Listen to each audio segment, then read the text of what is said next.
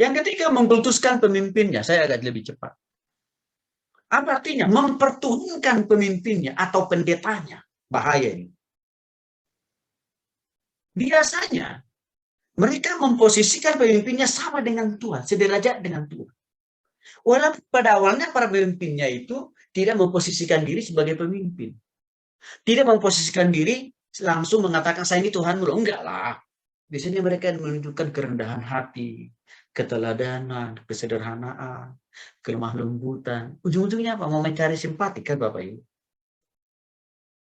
Artinya, itu semua tidak lain tidak bukan mempengaruhi jemaat orang Kristen. Supaya percaya total kepada dia. Dan akhir daripada semua itu adalah supaya akhirnya nanti jemaat itu mudah menerima dia. Waktu dia mengatakan, sayalah yang menjadi pemimpin kalian. Dan ujungnya nanti akan dikatakan, sayalah yang menjadi Tuhan kalian. Ini juga dilakukan oleh Sun Myung Moon yang lahir dan besar di Korea. Dia memberikan nama gerejanya Unification Church. Dia mengklaim diri menjadi nabi pada usia 16 tahun. Karena dia mengatakan pernah bertemu dengan Yesus, Abraham, Paulus, Petrus, dan Musa. Jadi mengklaim itu, para pengikutnya mengatakan ya dan amin.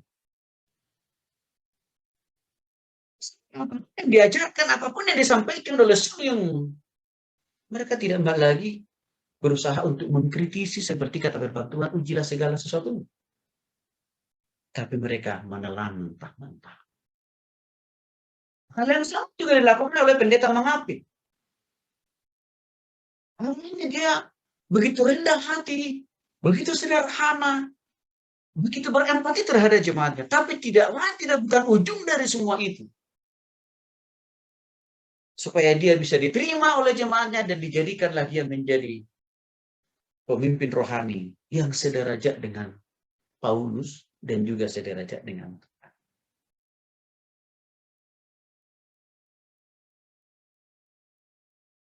Hal yang sama juga dilakukan oleh pendiri gereja setan, yaitu Anton. Dia memakai formulasi yang sama. Nah, ini Bapak Ibu, saudara kan dikasih oleh Tuhan Yesus Kristus. Kalau kita memposisikan perkataan pemimpin rohani kita melebihi daripada firman Tuhan, hati-hati. Berarti kita sedang diarahkan secara tidak langsung untuk menjadikan pemimpin rohani kita atau pendeta kita itu sekalipun menjadi Tuhan atas hidup kita. Itu tidak boleh. Jangan bangga kalau orang yang kita layani selalu mau nyebut nama kita. Waktu dia bertemu dengan orang lain dengan mengatakan kata pendeta saya begini, kata pendeta saya begono. Jangan bangga kita, harus sedih. Karena kenapa? Secara tidak langsung kita telah mencuci otak orang itu untuk mempertuhankan kita, bukan lagi mempertuhankan Yesus.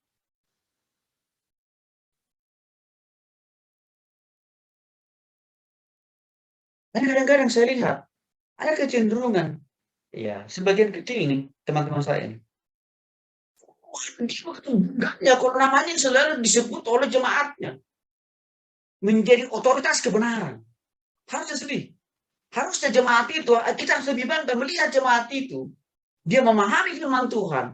Bukan karena apa yang diperkatakan oleh pemimpin rohaninya, tapi apa yang dikatakan oleh kita. Untuk itu, Bapak Ibu, saudara yang dikasih oleh Tuhan Yesus Kristus. Saya selalu berusaha memunculkan lebih banyak ayat-ayat Alkitab untuk kita pahami. Tujuannya apa? Supaya kita lebih memahami betul mencintai ya firman Tuhan di atas segala-galanya. Ini seringkali jadi persoalan. Karena kalau waktu seseorang pemimpin rohaninya ya dikultuskan, dipertuhankan, bahaya. Mengapa? Karena akan mudah orang itu diseret dan ditarik untuk masuk ke dalam ajaran yang bengkok. Dan juga apa? Akan mudah orang itu untuk apa? Diperdaya. Akan mudah sekali.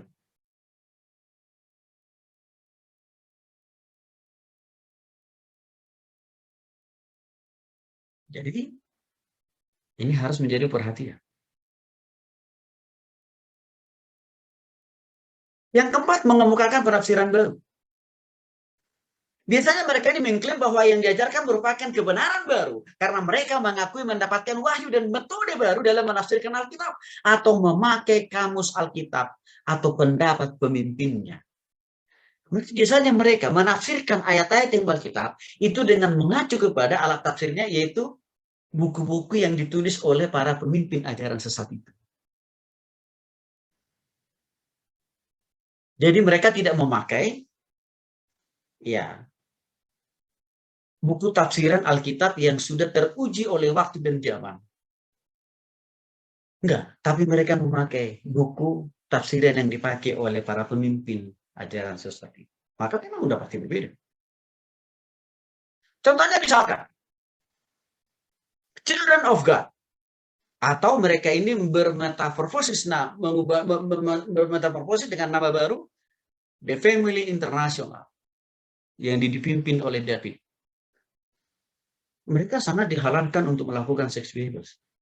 Mengapa? Karena kelahiran Yesus itu adalah hubungan antara Allah dan Maria. Nah, begitu kacaunya kan Bapak Ibu. Karena mereka menganggap Yesus itu ada karena Allah pernah melakukan hubungan seks dengan Maria.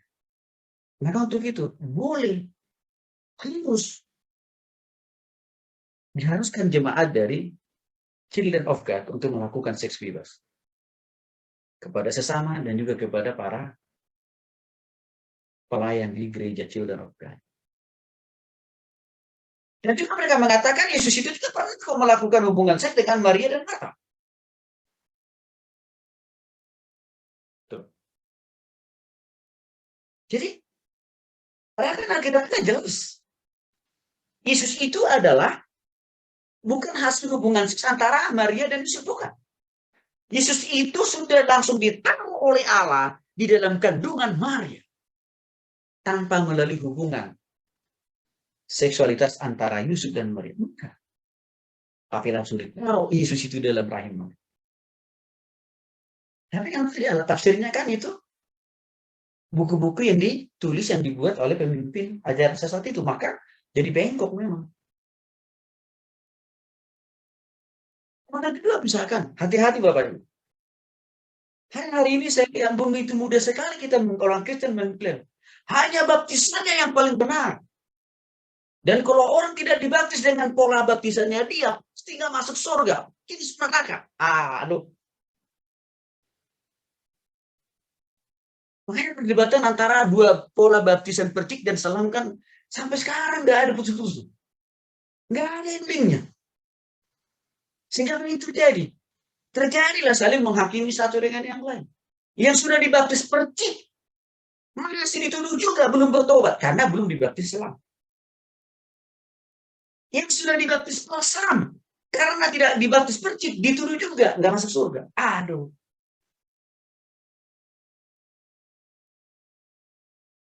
Matius, Markus, Lukas, Yohanes. Kalau kita lihat, ya, keempat kitab Injil ini memberikan laporan yang jelas tentang baptisan. Kalau kita perhatikan keempat Injil ini, Matius, Markus, Lukas, Yohanes, tidak pernah mencatat. Tidak pernah mencatat di Matius, Markus, Lukas, dan Yohanes. Tidak pernah mencatat. Nanti Bapak Ibu bisa cek. Bahwa di sana Yesus itu memakai pola baptisan sama atau percik. Enggak. Nanti Bapak bisa cek. Yang dikisah dalam 4 Injil, Yesus itu dibaptis. Selesai.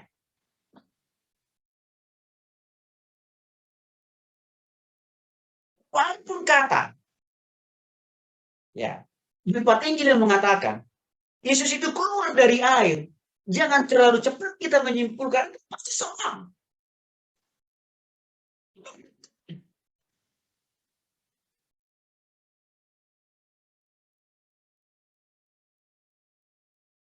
Saya hanya memposisikan dua pola baptisan dari harus Alkitabiah gitu maksud saya. Saya meyakini, saya percaya dua pola kebaptisan itu dipakai dan dicatat oleh Alkitab. Tapi jangan sesekali kita menghakimi. Karena kita penganut baptisan percik, lalu kita menuduh penganut baptisan selam masuk neraka. Nggak boleh. Sebaliknya juga. Misalkan kalau kita pengaruh baptisan selam, jangan juga kita menuding pengaruh baptisan percik tidak masuk surga. Terlalu naik kan Bapak Ibu. Saya lihat fenomena bagian yang satu ini. Ini begitu subur. Maka apa yang terjadi? Konflik di dalam kekristenan itu nggak pernah ada ujungnya. Nggak pernah habis-habisnya. Padahal Bapak Ibu apa yang terjadi? Ini diperdebatkan pun. Tuhan tidak bangga. Ini diperdebatkan pun. Tidak membuat orang lebih cepat datang bertobat kepada Kristus.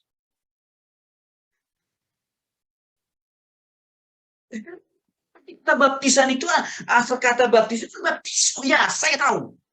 Tapi saya mau buka hari ini. Arti kaki baptiso itu bukan hanya selam, bukan.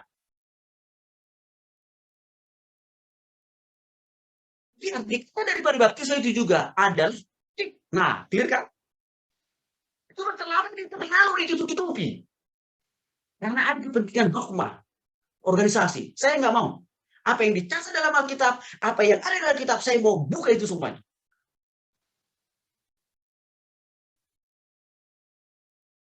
Ini persoalan. Apa yang diajarkan Alkitab, itu kita distorsi gitu. Sesuai dengan kepentingan kita. Nggak boleh lah. Untuk itulah Bapak Ibu, saudara dikasih oleh Tuhan Yesus Kristus. Sekolah tinggi teologi profesional lembaga pelayanan pemimpin Indonesia tidak pernah tunduk terhadap satu denominasi gereja Bapak. Tidak pernah tunduk. Dan orang bertanya, Pak Tony, ini doktrinnya sekolah tinggi teologi profesional LPP kemana? Tidak, firman Allah. Itu selesai. Maka STTP LPP sangat menghargai kemaju muka. Kalau orang dibaptis seperti dan dia yakin dengan itu, dia menunjukkan buah-buah pertobatannya. Puji Tuhan, haleluya. Lanjutkan hidupnya semakin berbuah dan berat. Kalau seseorang itu dibaptis dengan cara selam dan dia yakin dengan itu dan dia menunjukkan bukti perubahan dan pertumbuhannya, silakan lanjutkan untuk bertumbuh dan berbuah dalam Kristus.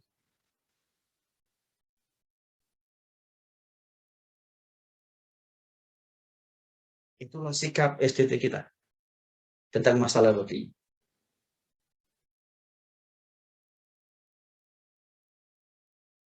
Jadi Bapak Ibu, saya sih nggak mau menutupi. Saya mau buka-bukaan aja apa adanya.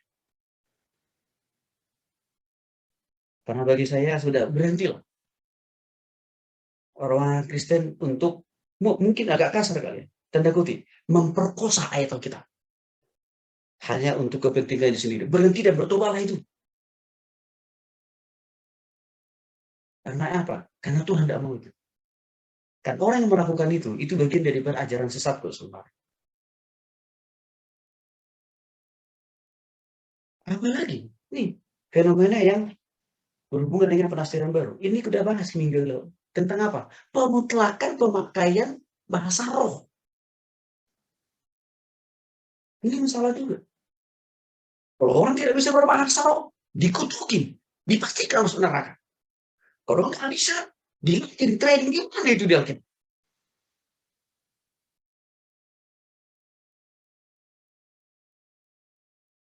Kita sudah bahas ini minggu yang lalu Bapak Ibu ya.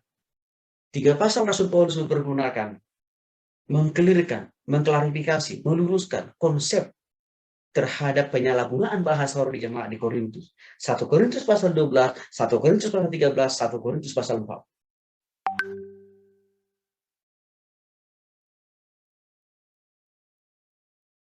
Jadi artinya apa? Janganlah kita suka menambah-nambahin itu. Jangan juga kita suka mengurangi. Ya sudah, yang sudah di Alkitab itu sudah cukup lah. Kenapa kita beri dikurangi? Nah, ini saya lihat fenomena penafsiran baru nih hari-hari ini tentang hal ini. Saya nggak menolak karunia bahasa roh. Saya punya karunia bahasa. Dengan anugerah Tuhan, pernah itu Tuhan pakai juga di dalam kehidupan saya pribadi. Dalam saat hidup saya. Bahkan karunia bahasa roh yang saya pakai dapat diuji secara ilmiah. Jadi tidak hanya pengalaman yang subjektif atau parsial. Enggak. Tapi sangat saya sayangkan. Ini juga seringkali menjadi persoalan baru. Jadi hati-hati juga. kalau sudah terjadi pemutlak-mutlakan tentang sebuah tafsiran. Apalagi tentang masalah ajarannya. Dia mengklaim, hanya gerejaku yang paling benar, ajaranku yang paling benar. Gereja yang lain, pendeta yang lain, ajarannya tidak benar, sesat. Terlalu naif itu. Hanya di gerejaku lah kalian bisa bertobat dan bertumbuh kepada Kristus. Rasul Paulus pernah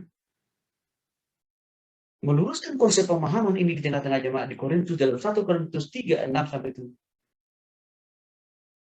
Paulus jelas mengatakan, yang memberikan pertumbuhan dan pertobatan itulah Kristus. Bukan hamba Tuhan. Bukan Kristus. Saya sih punya keyakinan. Ya, semua gereja, semua denominasi yang masih tumbuh terhadap Alkitab pasti diberkati Tuhan untuk menjadi alat Tuhan, membawa jemaat dan mengajar jemaat. Maka untuk itu perlu kita menghargai kemajemukan dari denominasi gereja yang ada. Janganlah saling tuding-menuding. Biasanya para pengajar sesat itu begitu deh.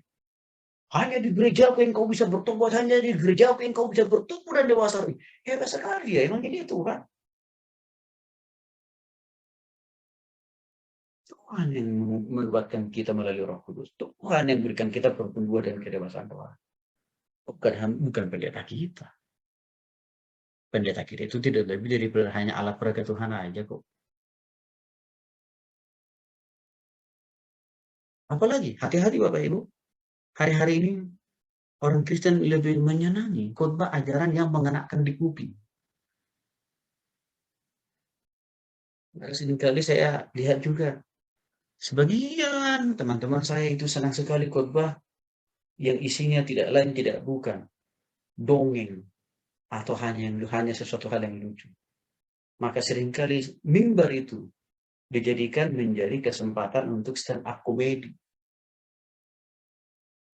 Dan persoalannya, jemaat Tuhan sebagian besar lebih menyenangkan yang begitu. Tapi kalau yang kayak seperti gaya saya yang begitu tegas dan lugas, wah, jangan deh. Nanti kalau kita undang Pak Tony, nanti jemaat kita hilang lenyap semuanya.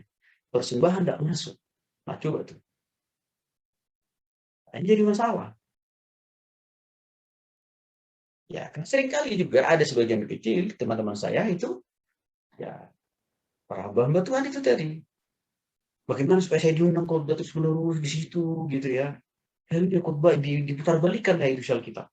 Dibuatlah itu Alkitab hanya sekedar untuk menjadi dongeng, cerita lucu. Sehingga apa yang terjadi waktu jemaat itu pulang lalu ditanya di rumah, iya, tadi kamu dapat, wah, lucu loh aja Pak Pendeta itu, lucu loh ceritanya loh, kok jadi itu yang diingat. Berarti kan ada kesalahan di situ oleh si pengkhotbah.